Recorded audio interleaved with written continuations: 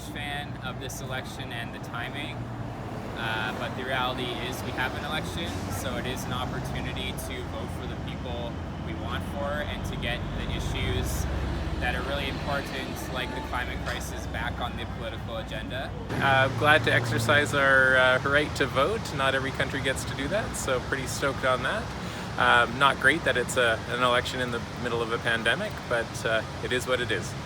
I think this is annoying that we have to do this right now. I don't believe we need an election at this point, but we are faced with what we got, so we do the best of what we can do. I've always found it very important to vote because just especially even as a woman, it's important for, fighting for my health to vote. So yeah, it's just when I walk out of there, I feel like I've done my duty and I feel like I've made my voice heard. I think that we need a whole overhaul of the whole system. I wish Justin Trudeau would have stuck to his promise of electoral reform from his first election. I came out to vote today because I think it's so important that Canadians start voting and start voting at a more local level. Whoever is the best person for your own area, that's who we need to vote for. We need to stop thinking that Canada is a two political party country. We have a lot of parties. It's not the Liberals against the Conservatives.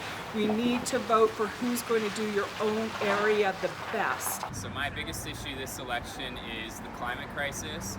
So we've seen in the Kootenays the wildfires and the impacts that's having on communities. Climate change would be probably the biggest one. Number one. Probably the environment, which is probably my number one, but there's a lot. I think the climate crisis, also old growth logging in BC, although it's a federal election, so they don't really have as much to do with it. Right. Yeah.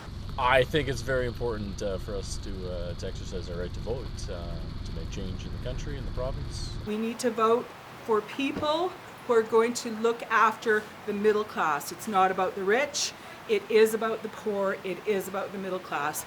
Start taxing the rich, man. Or as people like to say, eat the rich.